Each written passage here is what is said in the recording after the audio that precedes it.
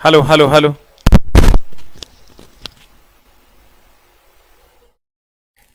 सबको मेरा नमस्कार है, प्रणाम है। आते हैं सर। सबको नमस्कार है सर। उर्वरक पे, उर्वरक, अगर हम किसी भी पौधे की बात करें सर, इसको लगभग 16 प्रकार के पोषक तत्वों की जरूरत होती है।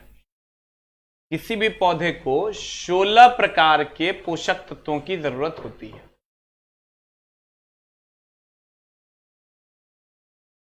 कितने प्रकार की सर?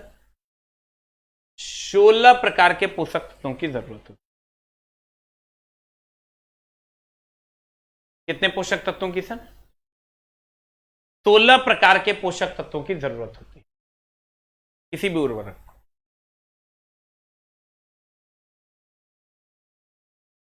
उसमें सब है, nitrogen, phosphorus, potassium, A to Z. इतना पोषक तत्व में एक भी अगर कम होगा तो उसका कोई ना कोई खास कार्य बाधित हो जाएगा। तो कहते हैं किसी भी पोषक तत्व, किसी भी पादप को 16 प्रकार के पोषक तत्वों की आवश्यकता होती है। इसके लिए हम लोग जो पोषक तत्व अवेलेबल है, ठीक है, मिट्टी में, मृदा में, और नहीं तो उसके लिए हम लोग उर्वरक डालते हैं। उर्वरक प्राकृतिक भी होता है और कृत्रिम भी होता है, कहते हैं उर्वरक, फर्टिलाइजर।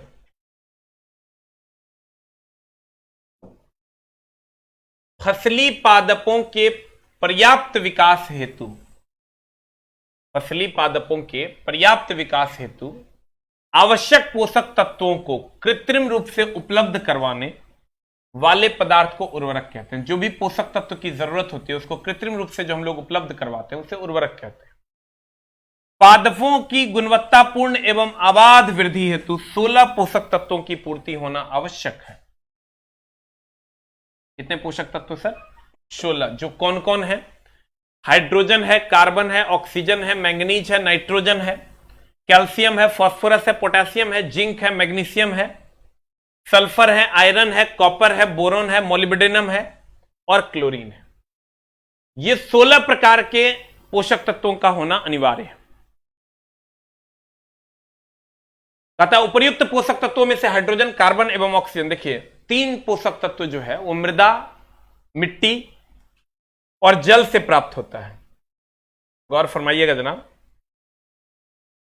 जितने भी पोषक तत्व आप देख रहे हैं, ये जो पोषक तत्व आप देख रहे हैं, hydrogen, carbon, oxygen, manganese, nitrogen, calcium, phosphorus, potassium, zinc, magnesium, sulphur, iron, copper, boron, molybdenum, chlorine, इसमें से जो ये 3 पोषक तत्व है, हाइड्रोजन, कार्बन और ऑक्सीजन, ये जो 3 पोषक तत्व है मेरे भाई, मेरे सोना, ये प्राप्त होता है मृदा यानी मिट्टी और जल से, लगभग।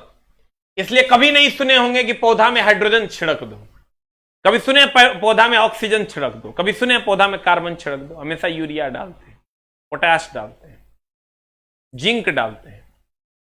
क्यों ये तीनों नहीं डालते हैं? क्योंकि ये ऑलरेडी हमको मृदा, जल और मृदा यानी मिट्टी से मिल जाता है। कौन कौन? हाइड्रोजन, कार्बन और ऑक्सीजन। कहते हैं उपर्युक्त, मतलब ये जो 16 है, उपर्युक्त पोषक तत्वों में से हाइड्रोजन, कार्बन एवं ऑक्सीजन वातावरण एवं मृदा, जल से प्राप्त हो जाते हैं। वातावरण यानी वायु एवं मृदा, जल से प्राप्त होते जाते हैं या मृदा से प्राप्त हो जाते हैं। वातावरण मतलब यहां मृदा है। परंतु शेष पोषक तत्वों की आपूर्ति के लिए सर क्या करेंगे? फर्टिलाइजर डालते हैं, जैविक अथवा रासायनिक उर्वरक। जैविक मतलब हो गया जो हम लोग सर जीवों से, बायोमास से जो गोबर वगैरह से कलेक्ट करते हैं उसको जैविक कहते हैं, या रासायनिक उर्वरक जो हम लोग बनाते हैं ऑर्गेनिक और केमिकल फर्टिलाइजर के माध्यम से किया जाता है। उसके बाद है जैविक उर्वरक। सर जैविक उर्वरक क्या है? कि सर जितना भी पशु या मानव का अपशिष्ट है या सड़े गले पदार्थ है, ध्यान दीजिएगा सर, एक है जैविक, जैविक और अजैविक। सर उर्वरक को 2 भाग में बांटा गया है। उर्वरक को 2 भागों में बांटा गया है। एक है जैविक, आज हिस्ट्री का क्लास हुआ था क्यों? एक है जैविक और एक है अजैविक। तो सर अगर हम जैविक उर्वरक की बात करें, ध्यान दीजिएगा सर, अगर हम जैविक उर्वरक की बात करें तो इसमें गोबर है या मानव का अपशिष्ट है, या मानव अपशिष्ट है, या बायोमास है, सड़े गले पदार्थ, ये आपका जैविक में आ गया। और जैविक में जो हम लोग बनाते हैं कृत्रिम तरीके से जो उत्पन्न करते हैं, कृत्रिम तरीके से उत्पन्न करते हैं, कहते हैं जैविक में गोबर हो गया, मानव का अपशिष्ट हो गया, बायोमास हो गया, ये जैविक है। और कृत्रिम जो हम लोग बनाते हैं जैसे यूरिया, जिंक, फास्फोरस, ये कृत्रिम है। कहते हैं कि जैविक उर्वरकों का निर्माण मुख्यतः पशुओं एवं मानवों द्वारा उत्सर्जित अपशिष्ट पदार्थों जैसे गोबर, मलमूत्र, अपघटित जैव पदार्थ जो सड़े गले पदार्थ होते हैं जैसे सब्जी, फसल के अपशिष्ट आदि से किया जाता है। जैविक उर्वरकों में हानिकारक रसायनों की, देखो जैविक उर्वरक में फायदा क्या होता है, इसमें हानिकारक रसायन नहीं होते हैं। कि जो आजकल चल रहा है ना जैविक खेती, इसमें सर हानिकारक रसायन नहीं होते, कैंसरस कार्सिनोजेनिक बैक्टीरिया इससे फॉर्मेशन नहीं होता है, ये बहुत लाभदायक होता है। कहता है कि जैविक उर्वरकों में हानिकारक रसायनों की अनुपस्थिति होती है, हानिकारक रसायनों की अनुपस्थिति होती है, मतलब नहीं होती है, इसलिए ये पर्यावरणीय सुरक्षा एवं मानव स्वास्थ्य की दृष्टि से उत्तम उर्वरक माने जाते हैं। जैविक होवे करता है, जैविक खाद गोबर वगैरह डालोगे तो बहुत अच्छा है। जो बाकी खाद हम लोग डालते हैं सर, वो सारे के सारे देखो पंजाब वगैरह में जमीन अभी बंजर हो गया है, पूरा का पूरा पंजाब बंजर हो चुका है। वो लोग गेहूं की खेती करता था, एक एक कट्ठा में सर 40-40 किलो मारता था, पूरा का पूरा बंजर हो गया। तो वातावरण के दृष्टिकोण से, मृदा के बचाव के दृष्टिकोण से भी अनुपयोगी है। लेकिन सर इसके फायदे भी हैं, तुरंत फायदा करता है। गोबर डालोगे इस सीजन में काम करेगा, उस सीजन में पड़ेगा तब ना, ये डालोगे अभी या कल काम कर देगा, ये तुरंत काम करता है, अधिक फायदा देता है। कहते हैं अजैविक अथवा रासायनिक उर्वरक, अजैविक अथवा रासायनिक उर्वरक विभिन्न प्रकार के रासायनिक यौगिकों, खनिजों आदि के उपयोग से प्रयोगशाला में व्यवसायिक स्तर पर निर्मित करते हैं। रासायनिक उर्वरक जैविक उर्वरकों की अपेक्षा शीघ्रता से विघटित होकर पादपों का पोषण प्रदान करता है। ये एकदम शीघ्रता से विघटित होता है। गोबर आज दोगे 1 साल बाद गलेगा, सड़ेगा, लेकिन इस शीघ्रता से विघटित होता है। किसी एक अथवा एक से अधिक पोषक तत्वों से समृद्ध होते हैं, इसलिए मृदा एवं फसल की आवश्यकता अनुसार इनका प्रयोग करते हैं। जैसे हम लोग गोबर है, गोबर डाल दिया, अपना सब अपना ले लो, जिंक की जरूरत है ले लो, यूरिया की जरूरत है ले लो, सब ओकरे से मिलेगा। लेकिन अगर सर मान लो कि धान के खेत में धान पीला हो गया तो यूरिया का जरूरत है खाली, अगर खैरा रोग हो गया है तो जिंक का जरूरत है खाली, तो खाली गोबरे डाल देने नहीं ना होगा। हम लोग तब खाली जिंक का छींटा लगा देते हैं, फिर से वो अपना खैरा रोग छोड़ देता है। अगर पीला हो गया तो यूरिया मार देते हैं, हरा हो जाता है। ये जरूरत के हिसाब से अजैविक हम लोग यूज करते हैं, जैविक जरूरत के हिसाब से यूज नहीं करते, लेकिन पर्यावरण के हिसाब से वो सही है, अजैविक पर्यावरण के हिसाब से गलत है। अब आते हैं रासायनिक उर्वरकों के प्रकार। रासायनिक उर्वरकों के प्रमुख प्रकार एवं उनका उपयोग, यह नाइट्रोजनी उर्वरक, नाइट्रोजनी उर्वरक मतलब जो नाइट्रोजन युक्त उर्वरक है।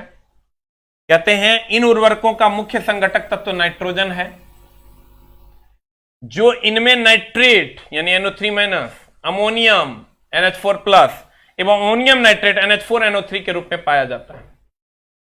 नाइट्रोजनी उर्वरकों के निर्माण में अमोनिया बोले तो NH3 एवं इसके अनेक यौगिकों का प्रयोग किया जाता है, जैसे ammonium sulphate 20% nitrogen, ammonium chloride इसमें 24 से 26% नाइट्रोजन होता है, di ammonium phosphate 18% nitrogen, ammonium nitrate 26% आदि। इसके अतिरिक्त sodium nitrate 16% nitrogen, calcium nitrate 15.5% nitrogen एवं पोटेशियम नाइट्रेट 13% नाइट्रोजन आदि का प्रयोग किया जाता है। ये परसेंटेज तुमको याद नहीं करना है, कोई खास जरूरत इसकी नहीं है, एकदम जरूरत नहीं है। खाली यूरिया में जेकर परसेंटेज मांगेगा ना, ओकर फॉर्मूला दिया हुआ रहेगा, परसेंटेज निकालने हम पीछे सिखाएं, याद करो। यूरिया में नाइट्रोजन का प्रतिशत, कैल्शियम कार्बोनेट में कार्बन का प्रतिशत, याद है, पीछे पढ़ाएं एटॉमिक स्ट्रक्चर। पादपों में उपयोग, पादप में नाइट्रोजन का क्या उपयोग है ये पूछेगा। नाइट्रोजन पादपों में जीव द्रव्य, प्रोटोप्लाज्म, अमीनो अम्ल अर्थात प्रोटीन तथा न्यूक्लिक अम्ल, डीएनए आरएनए के निर्माण में महत्वपूर्ण भूमिका निभाता है। इस सब में इसका उपयोग करते हैं। फॉस्फोरिक उर्वरक, फॉस्फोरिक उर्वरक मतलब जगह में फॉस्फोरस हो, कहते हैं फॉस्फोरिक उर्वरकों का मुख्य संघटक तत्व तो फॉस्फेट है।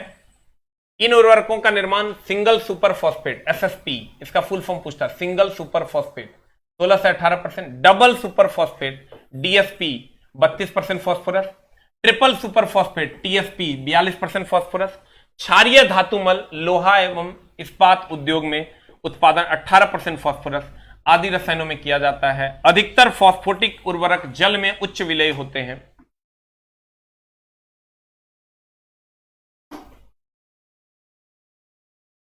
पादपों में उसका उपयोग, फास्फोरस पादपों के जड़, तना, बीज एवं फूलों के विकास अथवा फसलों के परिपक्वता में महत्वपूर्ण है। इसको हाईलाइट कर लो, ये पूछता है। कहेगा तुम फास्फोरस का उपयोग क्या कहां करते हैं? जड़, तना एवं बीज एवं फूलों के विकास में तथा फसलों की परिपक्वता, मतलब फसल जो पकता है उसमें सर फास्फोरस का उपयोग करते हैं। इसको हाईलाइट कर लो, ये पूछेगा।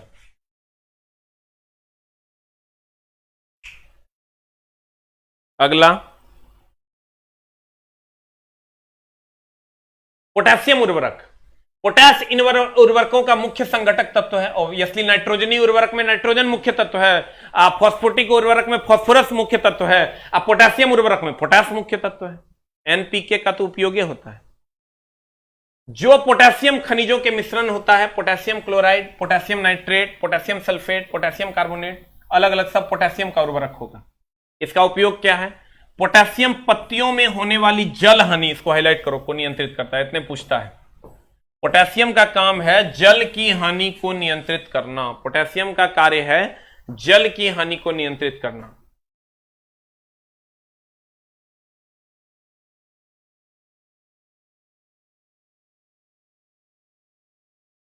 सर देखिए, ये जो एनपीके उर्वरक है, कि आपका क्वेश्चन सही है कि अगर हम सर पोटेशियम पत्तियों में होने वाली जल हानि को नियंत्रित करता है, नियंत्रित करता है मतलब सूखने नहीं देगा, मुरझाने नहीं देगा। अगर मुरझाने लगे तो पादप में पोटेशियम डाल दो, तुरंत हरा भरा हो जाए, तुरंत हरा भरा हो जाए। एचपी हैरी जी कहता है इस प्रकार यह पादपों के सूखा सहन शक्ति, ड्राउट टॉलरेंस में वृद्धि करता है। इसके अतिरिक्त यह फलों के रंग एवं आकार के निर्धारण के लिए भी आवश्यक होता है। ये नहीं पूछेगा, लेकिन ये पूछेगा कि जल हानि, इसलिए कि रेगिस्तान में सर पोटेशियम का अधिकतर उपयोग होता है जल की हानि को कम करने के लिए। उसके बाद एनपीके, तो सब जानता है मुख्य उर्वरक एनपीके, नाइट्रोजन, फास्फोरस और पोटेशियम। कभी कोई क्वेश्चन पूछता है कि निम्न में से कौन मुख्य उर्वरक है, ये तीन में से कोई एक ऑप्शन देगा, नाइट्रोजन, फास्फोरस और पोटेशियम। कहता है एनपीके उर्वरक, एनपीके उर्वरकों में पादपों के समुचित विकास हेतु आवश्यक तीनों सर्वप्रमुख पोषक तत्व नाइट्रोजन, फास्फोरस और पोटेशियम का उचित अनुपात में मिश्रण होता है। इसलिए इन्हें यौगिक उर्वरक, कंपाउंड फर्टिलाइजर अथवा पूर्ण उर्वरक, कंप्लीट फर्टिलाइजर भी कहा जाता है। अब देखिए सर, हम फिर से आपको फर्टिलाइजर पढ़ाते हैं, गौर फरमाएगी। वैसे तो इसमें बहुत सारी चीजें हैं जो अगर आप याद रख पाते हैं तो अच्छी बात है, लेकिन याद रखने की तो जरूरत नहीं है। उर्वरक की अगर हम बात करें तो उर्वरक 16 प्रकार के पाए जाते हैं। कितने प्रकार के पाए जाते हैं सर? 16 प्रकार के उर्वरक की आवश्यकता है, जिसमें हाइड्रोजन, कार्बन और ऑक्सीजन, ये वातावरण और जल,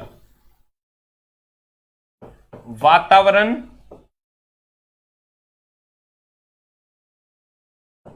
और जल, वातावरण और जल, मृदा, इन सब जगहों से प्राप्त हो जाता है। कौन कौन? हाइड्रोजन, कार्बन और ऑक्सीजन। उसके बाद मुख्य तत्व बच गया सर नाइट्रोजन, फास्फोरस और पोटेशियम। नाइट्रोजन, फास्फोरस और पोटेशियम, ये मुख्य तत्व है जो बच गया। कौन कौन? नाइट्रोजन, फास्फोरस और पोटेशियम। अब नाइट्रोजन उर्वरक, नाइट्रोजनी उर्वरक के रूप में बहुत सारे तत्वों का उपयोग करते हैं, जिसमें नाइट्रोजन प्रमुख अवयव होता है। फॉस्फेटिक उर्वरक के रूप में बहुत सारे तत्वों का उपयोग करते हैं, जिसमें फास्फोरस मुख्य तत्व होता है। अब पोटेशियम उर्वरक के रूप में बहुत सारे तत्वों का यूज करते हैं, जिसमें पोटेशियम मुख्य तत्व होता है। ठीक है,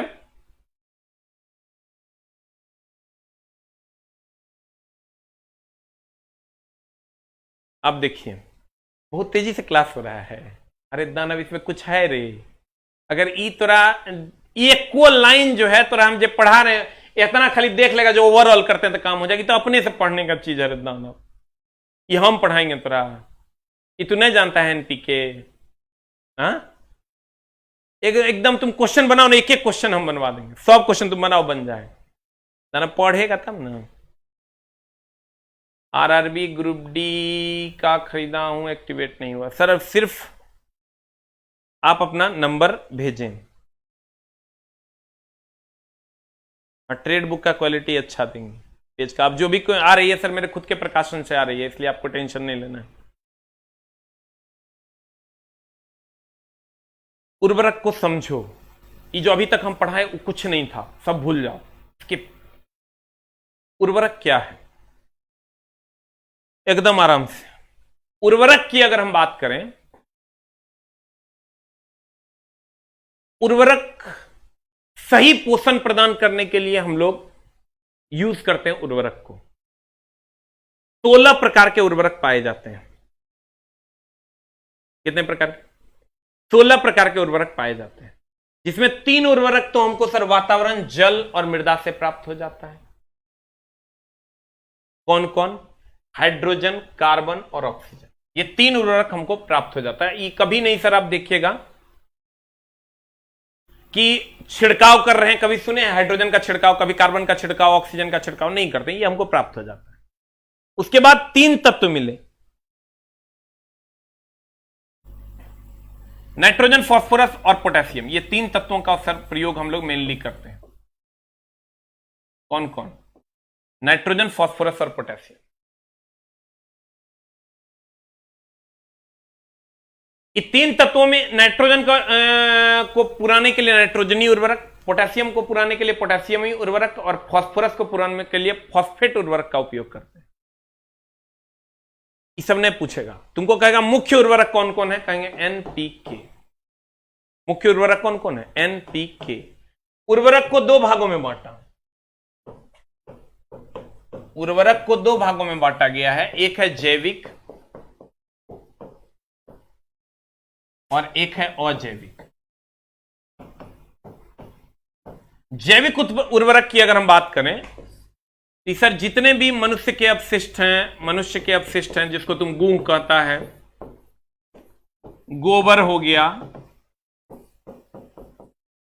मूत्र, मल मूत्र, मूत्र नहीं सर, मल मूत्र का सर उपयोग नहीं करेंगे, मामला गड़बड़ हो जाएगा।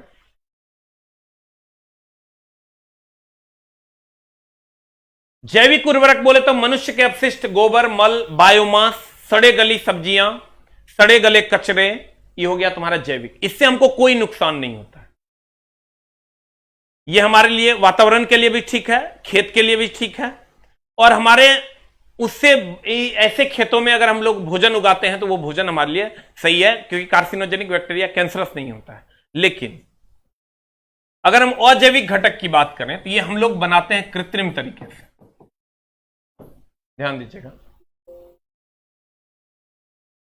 ये जो कृत्रिम तरीके से सर हम बनाते हैं, देखो बहुत सारे बच्चा कुछ से कुछ जो है फिर लिखना शुरू कर दिया, रूपा है ही है नौ तेरा।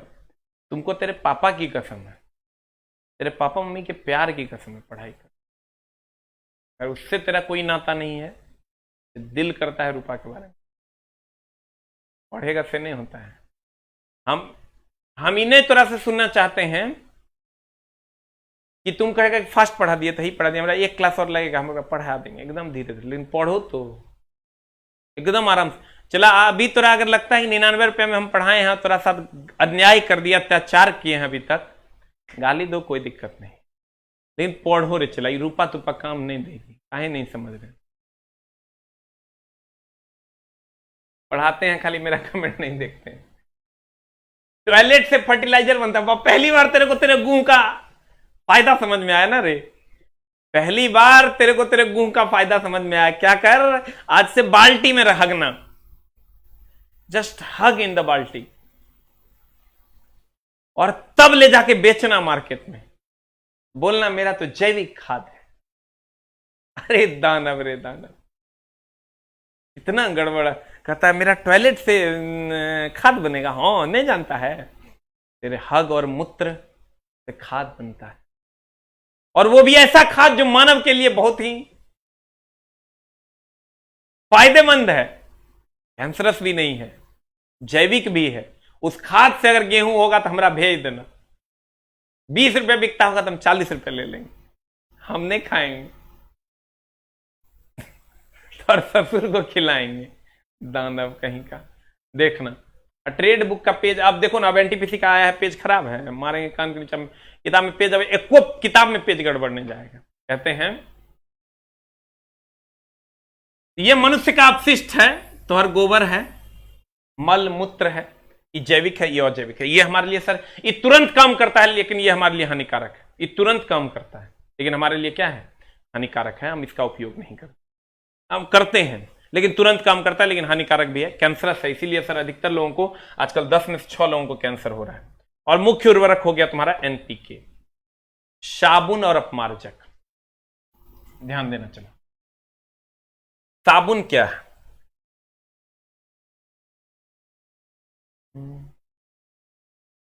एकदम आराम से। साबुन या अपमार्जक। सर कभी अगर आप साबुन को,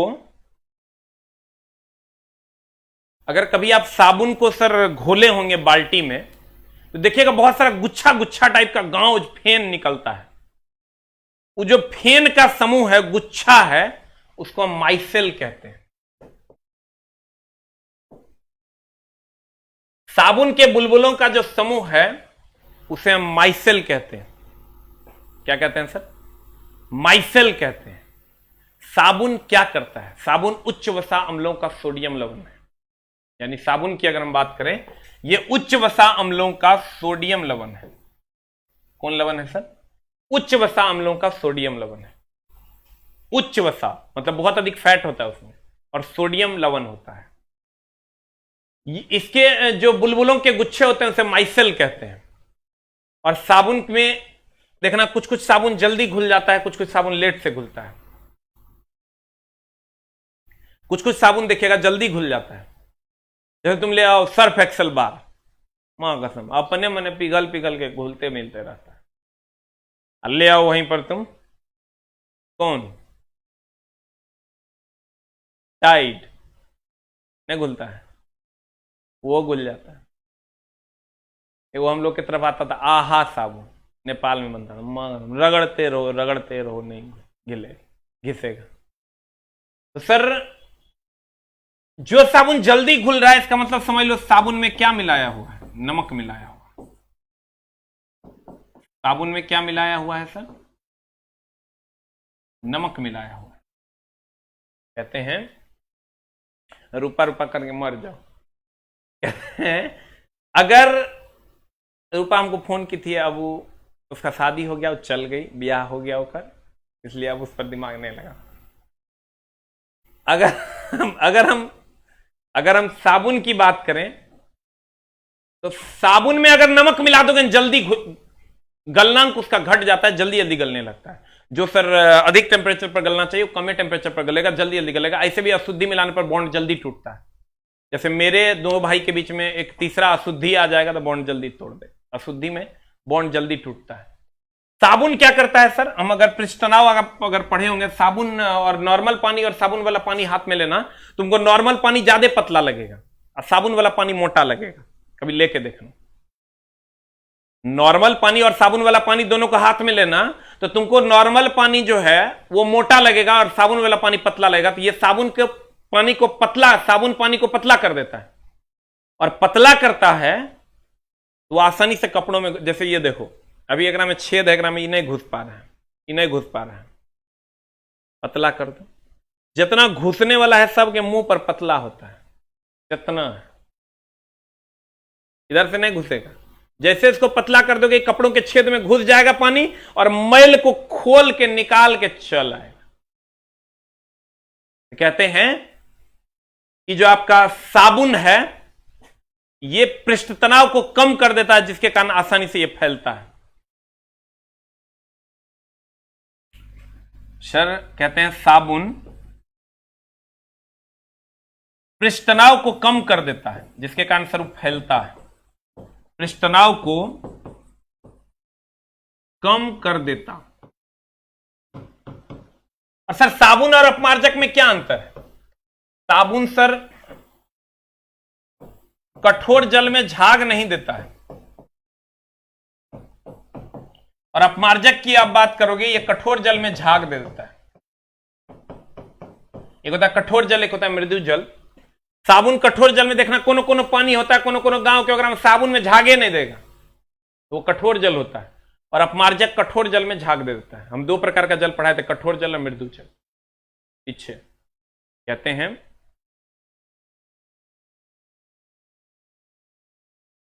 साबुन एवं अपमार्जक, यह उच्च वसा अम्लों का सोडियम लवण है। यह जब साबुन और अपमार्जक आदि को पानी में घोला जाता है तो इसके अणु परस्पर एकत्रित होकर गुच्छा, वही फेन जो तुम लोग बनाता है, जो फेन नहीं बनाता बुलबुला का निर्माण करते हैं, जिसे माइसेल कहते हैं। जो बुलबुला का निर्माण करता है जिसको हम क्या कहते हैं सर? माइसेल कहते हैं। मैथ आज नहीं है सर। जब साबुन अपमार्जक आदि को पानी में घोला जाता है तो यह पानी के पृष्ठ तनाव को कम कर देता है, चूंकि यह पतला हो जाता है, कम कर देता है, जिससे कपड़े आसानी से साफ हो जाते हैं।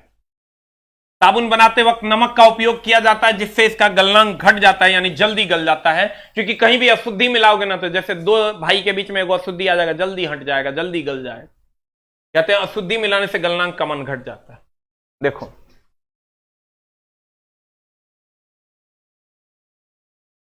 साबुन या अपमार्जक, यह उच्च वसा अम्लों का सोडियम लवण है। साबुन में वाला पानी होता है, उसका पृष्ठ तनाव कम हो जाता है, आसानी से अंदर चला जाएगा और अपने में मैल को घुला के निकाल लेगा। अगर हम साबुन की बात करें, साबुन बनाते समय नमक डाल दोगे, जल्दी जल्दी गलेगा। जैसे सर्फ एक्सेल में नमक होता है, चाट के देख लें, पूरा नूनगर लगेगा, इसीलिए वो जल्दी गलता है। अशुद्धि मिलाओगे जल्दी गलेगा। और जो बुलबुला होता है, गुच्छा होता है, उसको माइसेल कहते हैं। क्या कहते हैं चला उसको? जो गुलगुला यानी गुच्छा होता है उसको हम माइसेल कहते हैं।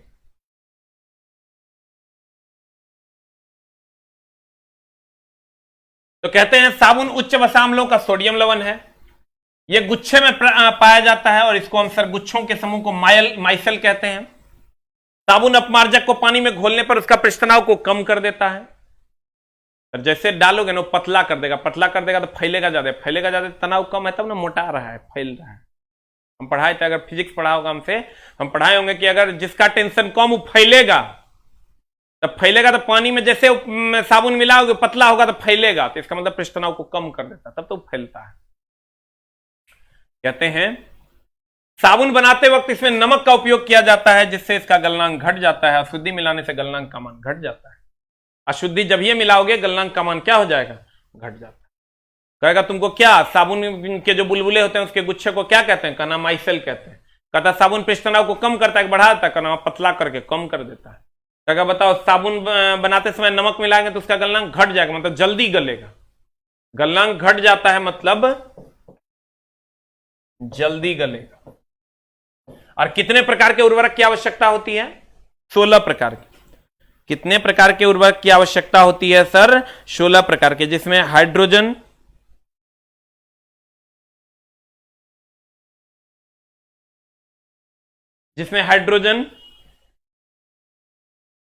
ऑक्सीजन और कार्बन मुख्य है, जो हमको मृदा से मिल जाता है, जल से मिल जाता है, वातावरण से मिल जाता है।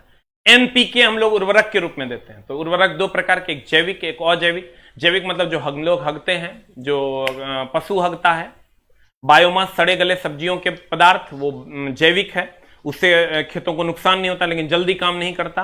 अजैविक की अगर हम बात करें तो अजैविक बोले तो जो हम लोग बनाते हैं कृत्रिम तरीके से, उसे हम अजैविक कहते हैं। क्लियर? हाँ,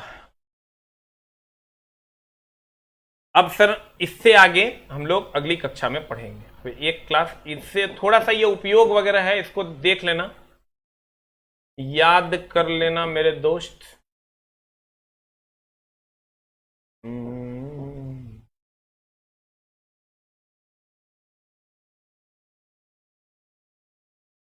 सब काम हो रहा। इस सौंदर्य प्रसाधन में ये सब देखना। लास्ट में होगा सौंदर्य प्रसाधन, जिसमें तुम्हारा इत्र होगा। इत्र तो जानवे करता होगा, परफ्यूम। इसको सर सुगंधित तेल, सुगंधित यौगिक, एल्कोहल, जल का विलयन, संघटक रसायन, इसमें क्या क्या होता है, benzene acetate, benzaldehyde, ethanol, Kapoor इत्यादि मिलता है। ये सब सर पूछेगा नहीं, लेकिन कुछ है जो पूछेगा। डिओड्रेंट्स जो हम लोग यूज करते हैं, दुर्गंध निवारक, इसमें एल्युमिनियम क्लोरोनाइट्रेट, एल्युमिनियम चिरकोनियम, ट्राइक्लोरोहाइड्रेक्स ग्लिसरीन, एल्युमिनियम हाइड्रोक्सोब्रोमाइड, इस सब का प्रयोग करते हैं। सेविंग क्रीम में स्टीयरिक अम्ल, मिरिस्टिक अम्ल, पोटेशियम हाइड्रोक्साइड, ग्लिसरीन, इसको हाईलाइट कर लो खाली। सेविंग क्रीम में ग्लिसरीन का काम है सर नमी को बनाए रखना। इथानॉल, लिनालुल अथवा अन्य सुगंधित तेल या यौगिक। उसके बाद है sir after save. After save जो आता है सर अभी आजकल, रोगाणुरोधी एवं संक्रमण रोधी। इसमें सर इस सब में इतना तो याद ही पूछवे नहीं करता है, तो टेंशन नहीं ले। सेविंग क्रीम में सर ग्लिसरीन का उपयोग करते हैं, ये पूछता है।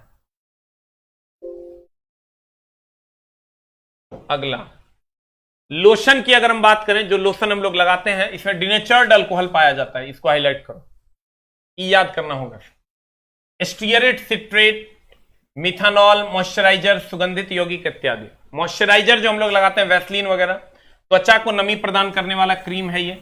पेट्रोलियम, इसको हाईलाइट करो। पैराफीन, खनिज तेल, ग्लिसरीन, प्रोपिलीन, ग्लाइकॉल, प्रोटीन इत्यादि, इन्हें पूछेगा। जितना आंसर घेरे हैं उतने पूछता है। मॉइस्चराइजर में पेट्रोलियम, पैराफीन और ग्लिसरीन होता है। लिप बाम, मधुमक्खी से प्राप्त मोम अथवा कार्नोबा मोम, कपूर, शटिल अल्कोहल, लोनलिक, पैराफीन, पेट्रोलियम इत्यादि प्राप्त किया था। ये सब जो सर बनाता है ना, 5 टका में थोड़ा देता है 25 पैसा अगर सर कॉस्टिंग पड़ता है, 25 से 26 पैसा। वैसलीन की अगर हम बात करें, पेट्रोलियम जेली, पैराफीन मोम, खनिज तेल, मल्टी हाइड्रोकार्बन, 25 से अधिक कार्बन परमाणु युक्त। शैंपू की अगर बात करोगे, सोडियम लॉरेल सल्फेट, इसको हाईलाइट करो। सोडियम लॉरेल सल्फेट, सेट्रिक एसिड, सबने पूछता है। पैराबोन्स, इथाइल पैराबोन्स, ब्यूटे पैराबोन्स, एथेनॉल, सोडियम क्लोराइड, सबने पूछेगा, लेकिन ये पूछेगा सोडियम लॉरेल सल्फेट शैंपू में प्रयोग करते हैं। जितना घेरे हैं उतने। नेल पॉलिश या नेल पेंट में एथिल एसीटेट का प्रयोग करते हैं, पूछता है। ब्यूटिल एसीटेट, नाइट्रोसेलुलोज, टॉल्विन, नहीं पूछता है। नेल पॉलिश रिमूवर, जो नेल पॉलिश को हटाता है, वो acetone, ethyl acetate, benzyl alcohol. सिंदूर की अगर बात करोगे तो इसको हाईलाइट करो, मर्क्यूरिक सल्फाइड, पूछता है। रेड लेड अथवा मिनियम। लिपस्टिक में जो तो बीवी लगाएगी, मोम, तेल, एंटीऑक्सीडेंट, वर्णक, इसोलिएडेंट, चिकनाई वाले पदार्थ, ये सब ने पूछेगा। कागज या सुरमा में स्टिनबाइट्स का उपयोग करते हैं, पूछता है। एसबीएस, एंटीमनी अथवा एस्क का चूर्ण, चारकोल, गैलेना इत्यादि, नहीं पूछेगा। सनस्क्रीन लोशन, अन्य नाम स्नो ब्लॉक, सन क्रीम, उसके बाद सनटैन लोशन। यह सूर्य के पराबैंगनी, इसको हाईलाइट कर लो। सूर्य के पराबैंगनी किरणों से त्वचा की रक्षा करता है सनस्क्रीन। लड़की लोग लगाती है, तुम लोग कहां से लगाएगा। और टाइटेनियम डाइऑक्साइड, जिंक ऑक्साइड, सबने पूछेगा। तो सर ई जो जितना हम हाईलाइट करवाए हैं, इसको जलूल से जलूल देख लेना। इस सौंदर्य प्रसाधन में आता है, ठीक है। इस सौंदर्य प्रसाधन में इसर आता है, इसको जलूल से जलूल एक बार देख लेना। ये सारे चीजों को जो हम 3-4 को हाईलाइट करवाएंगे बस उतने, उससे ज्यादा नहीं देखना। और कल आपका सर क्लास समाप्त कर दे, कल नहीं सॉरी मंडे को आपका क्लास समाप्त हो जाए, ठीक है। Thank you very much. फिर से समझा देते हैं सर। उर्वरक 16 प्रकार के पाए जाते हैं। उर्वरक कितने प्रकार के पाए जाते हैं? 16 प्रकार के पाए जाते हैं। हेलो, कौन, कहाँ हैं आप, कब आइएगा?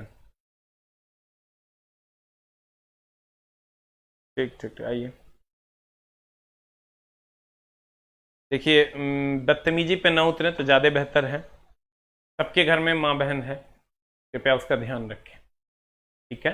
अब बदतमीजी पे अगर आप उतर गए हैं तो मेरे दिल से ये दुआ है कि अगर आप बदतमीज हैं देख लो, फिर दे देंगे मामला गड़बड़ा जाएगा, लेकिन हम देना नहीं चाहते हैं, छोड़ दो, पढ़ाई करो। हंसी मजाक ठीक है, लेकिन बदतमीजी नहीं।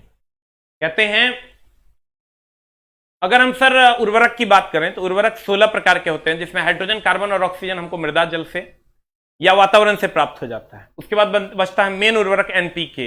एनपीके हमको जैविक और अजैविक दोनों तरीके से प्राप्त होता है। जैविक मतलब खाद्य मल मूत्र से, और अजैविक की अगर बात करोगे सर तो जो हम लोग बनाते हैं वो अजैविक है। जैविक नुकसानदेह नहीं है, लेकिन जल्दी टूटता नहीं है, बहुत लेट से फायदा करता है। अजैविक जो हम लोग बनाते हैं वो तुरंत फायदा करता है, और जो हमको चाहिए हम सिर्फ वही डाल के फायदा करवा लेते हैं। जैसे अगर नाइट्रोजन चाहिए तो नाइट्रोजन यूरिया मार देंगे, जिंक चाहिए तो जिंक का छिड़काव कर देंगे, पोटास चाहिए तो पोटास का छिड़काव कर देते हैं। देखिए घर पे कहेगा जिंक का बोरा है, ये पोटास का बोरा है, और ये यूरिया का बोरा है, तो एनपीके का ही मामला मेनली होता है। ठीक है। उसके बाद साबुन की बात करें, साबुन उच्च वसा अम्लों का सोडियम लवण है। साबुन या अपमार्जक जल के पृष्ठ तनाव को कम कर देता है, और वो जो गुच्छा होता है सर उसको माइसेल कहते हैं। जो गुच्छा होता है उसको हम क्या कहते हैं? माइसेल कहते हैं। गुच्छा को क्या कहते हैं सर? माइसेल कहते हैं। और अगर हम साबुन की बात करें तो साबुन सिर्फ और सिर्फ पृष्ठ तनाव को कम करने के लिए प्रयोग करते हैं। साबुन और अपमार्जक में बहुत ज्यादा अंतर नहीं है। साबुन कठोर जल में झाग नहीं देता, अपमार्जक कठोर जल में झाग देता है। पीछे हम पढ़ा दिए, लिखा हुआ भी है। अगर हम साबुन की बात करें तो साबुन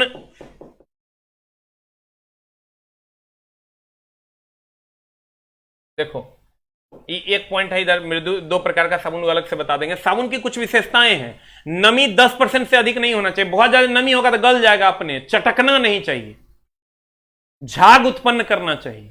कहता है 10% से अधिक नमी नहीं होना चाहिए, अल्कोहल में विलेय होना चाहिए, क्षार उपस्थित नहीं होना चाहिए, मतलब बहुत ज्यादा तीखा नहीं होना चाहिए।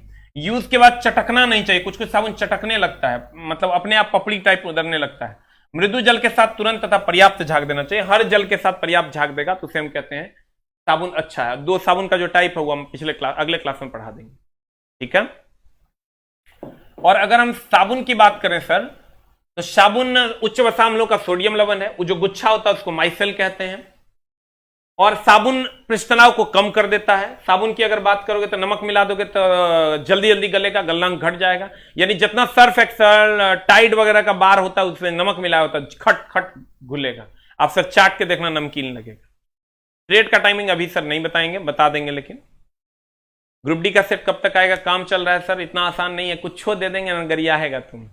हम जब तक 12 से 13 बार चेक नहीं करवाते हम छोड़ते नहीं है किताब, क्योंकि जितना प्यार से तुम लेगा उतना प्यार से गाली भी देता है। हम समझो मिस्टेक से ही कुछ हो सकता है, नहीं तो मेरे जीते जी तो ऐसा हम जल्दी होने नहीं देंगे। अभी तुम एनटीपीसी का सेट बना रहा होगा तो अपने पता चल रहा होगा। तो thank you very much. ITI electrician सब में सर चल रहा है। कोर्स एक्टिवेट जिनका नहीं हुआ एकदम टेंशन नहीं लेना, आप स्क्रीनशॉट रखिए, आपका काम हो जाएगा। Thank you very much. और सर कल अगले क्लास में हम आपका ये सर समाप्त कर देंगे। खूब मन लगा के पढ़िए सर, जितना आप लोगों ने अभी रेगुलरली क्लास करके मेहनत किया है, इस मेहनत को अब सफल करने का समय आ गया है।